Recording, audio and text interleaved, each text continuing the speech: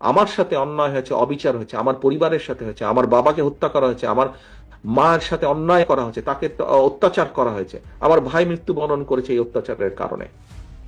আজকে এর জবাব যদি আমাদেরকে দিতে হয়, এই অন্যায় অত্যাচারের, আপনাদের সাথে যে অন্যায় হয়েছে, আমাদের বহু নেতাকর্মী, বাবা মারা গিয়েছে, মা মারা গিয়েছে, স্বজন মারা গিয়েছে, হাত করা অবস্থায় তাকে জানাজা পড়তে বাধ্য করেছে, আমাদের বহু সহকর্মী মারা গেছে জেলখানার ভিতরে হাত করা পড়া অবস্থায়।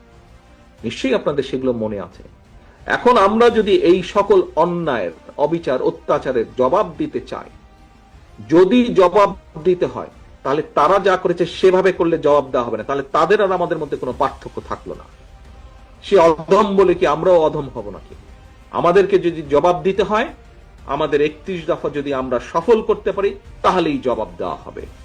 দেশি এবং বিদেশি ষড়যন্ত্রকারী যারা, যারা দেশি এবং বিদেশি ষড়যন্ত্রকারী, যারা চায় না এদেশে গণতন্ত্র প্রতিষ্ঠিত হোক, যারা চায় না এই দেশের মানুষ রাজনৈতিকভাবে এবং অর্থনৈতিকভাবে সফল হোক, স্বাবলম্বী হোক, যারা এটা চায় না, আমরা যদি 31 দফা সফল করতে পারি, তাহলে মানুষের ভোটের অধিকারকে প্রতিষ্ঠিত করতে পারি, তাহলেই তাদেরকে আমাদের জবাব দেওয়া হবে।